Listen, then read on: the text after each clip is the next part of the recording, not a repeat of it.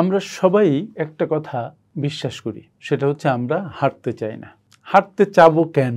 আমরা তো হারার জন্য এই পৃথিবীতে জন্মাইনি।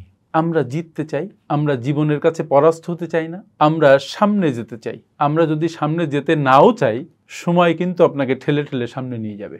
যদি আপনি পিছিয়ে যান তাহলে মনে করতে হবে যে আপনি খুব ইচ্ছে করে পিছিয়েছেন, আপনি চেয়েছেন তাই পিছিয়েছেন। তার অর্থ কি এই যে আপনি মাঝে মাঝে হারবেন না? অবশ্যই আপনি মাঝে মাঝে হারবেন। আপনি না চাইলেও হেরে যাবেন। আপনি যত চেষ্টা করুন না কেন, হারতে বাধ্য হবেন। কারণ আপনি যখনই কারোর সাথে কোনো কম্পিট করতে যাচ্ছেন, আপনার চেয়ে যে শক্তিশালী, আপনার চেয়ে যে বেশি প্রস্তুত, আপনার চেয়ে যে বেশি প্র্যাকটিস করেছে, তার কাছে আপনি হারবেন। তার মানে হচ্ছে আপনি সবসময় জিতবেন না। হার জিত চিরদিন থাকবেই, তবুও এগিয়ে যেতে হবে, একটা গানই আছে। তার অর্থ কি? আপনি হারবেন, আপনি জিতবেন।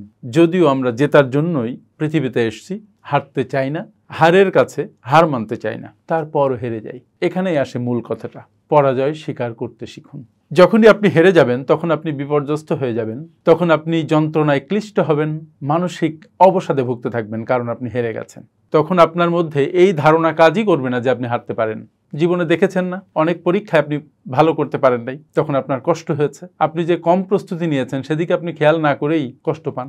যখনই আপনি হারতে শিখে যাবেন, মূলত আপনার মূল জয়ী হওয়ার প্রক্রিয়া তখন শুরু হবে বলে আমি মনে করি। যে ছেলে হারতে শিখেছে, যে মেয়ে হারতে শিখেছে, সে বারবার জিতবে। কারণ যখন সে হারলো তখন সে বিষাদে, তখন সে অবসাদে অপদস্থ হয়ে পিছিয়ে যাবে না। তখন সে যে হারলো, সে যে পরাজিত হলো, সেই পরাজয়ের কারণগুলো সে অনুসন্ধান করবে, যে কেন সে পরাজিত হয়েছে, তার স্ট্র্যাটেজিতে কোথায় দুর্বলতা ছিল, তার পরিশ্রমে কোথায় দুর্বলতা ছিল, তার চেষ্টায় কোথায় দুর্বলতা ছিল, কোন কোন বিষয়ে তার নজর দেওয়ার দরকার ছিল কিন্তু সে দেয়নি। এই ডায়াগনোসিসগুলো যখন সে করবে, যখন তার হারের প্রকৃত কারণগুলো সে খুঁজে বের করবে, তখন সে প্রস্তুত হবে পরবর্তী লড়াইয়ের জন্য, যেখান থেকে সে আর হেরে ফিরবে না, সে জিতে ফিরবে এবং সে জয়ী হবে। মূল কথা কি? মূল কথা হচ্ছে, আপনি যখন হেরে যাচ্ছেন তখন আপনি বিমর্ষ হবেন না। যখন আপনি হেরে যাচ্ছেন তখন নিজেকে দোষারোপ করবেন না। যখন আপনি হেরে যাচ্ছেন কোনো অজুহাত সামনে খাড়া করবেন না, অন্য কাউকে আপনার হারের কারণ হিসাবে চিহ্নিত করবেন না। রাদার শান্ত মাথায় বসুন, হারের প্রকৃত কারণ খুঁজে বের করুন। 1, 2, 3, 4, 5, 6, 7, 8 করে যত দূর যায় তত দূর প্রত্যেকটা কারণ আপনি লিখুন, যে আপনি হারের সম্ভাব্য কারণগুলো কি কি। আর একজন যে জয়ী হয়েছে, সে কোন কোন কারণে জয়ী হয়েছে। আপনি জয়ী হতে চাইলে কোন কোন পদক্ষেপগুলো আপনার নিতে হবে, যেটা আপনাকে জয়ী হতে সাহায্য করবে। এই যখন আপনি অ্যানালিটিক্যাল অ্যাবিলিটিটা অর্জন করবেন এবং অ্যানালাইসিস করবেন, তখনই আপনি গ্রো করতে শুরু করবেন এবং তখন আপনি আপনার জয়ের পথে আসল যাত্রা শুরু করবেন, আপনার শান্তির পথে আসল যাত্রা শুরু করবেন। মনে রাখতে হবে, আপনি যদি কষ্ট করে কোনো বিজয় ছিনিয়ে আনেন, সেই বিজয়ের যে আনন্দ, এই আনন্দ পৃথিবীতে অন্য কিছুই আপনাকে দিতে পারে না। বাবা আপনার জন্য অনেক সম্পত্তি রেখে গেছে, তাই আপনি ধনী। এই ধনের মূল্য আপনার কাছে কি আছে বলুন? প্রত্যেক সূত্রে আপনি পেয়েছেন, কিন্তু আপনি সেটা অর্জন করেন নাই।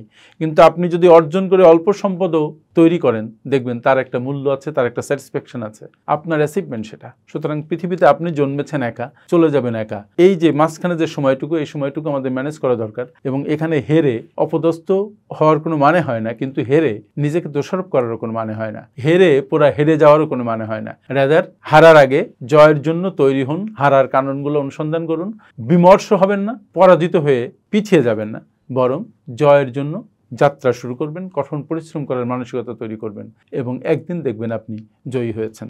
আপনাকে কেউ পিছিয়ে রাখতে পারবে না। কিন্তু যদি আপনি জয়ী হতে না চান, পৃথিবীর কোনো শক্তি নেই আপনাকে জয়ী করার, বরং আপনি তখন পরাজয়ের গ্লানি নিয়ে পরাজিত হয়ে পেছনে পড়ে থাকবেন। যে মানুষ আপনি জয়ী হতে পারতেন, সেই মানুষই আপনি পরাজিত হয়ে গেলেন, শুধুমাত্র আপনার অদম্য ইচ্ছার অভাবের কারণে, আপনার পরিশ্রম করার মানসিকতার কারণে। তবে হ্যাঁ, মাঝে মাঝে আরও অনেক কারণ যে থাকে না তা নয়, অনেক কারণেই আপনি পরাজিত হতে পারেন। কিন্তু মূল যে কারণ, নাম্বার 1-এ যদি কোনো কারণ থাকে, সেটা হচ্ছেন আপনি পরাজয়কে মেনে নিয়েছেন।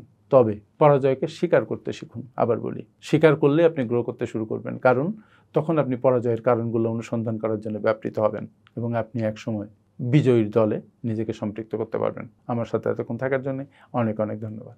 আপনারা যারা বিশ্বমানের project profile, company profile, project feasibility, market survey, business and marketing plan এবং ওয়েবসাইট তৈরি করতে চান, তারা আজই যোগাযোগ করুন আমাদের সাথে। Finpower leadership international, a finance and business consulting farm.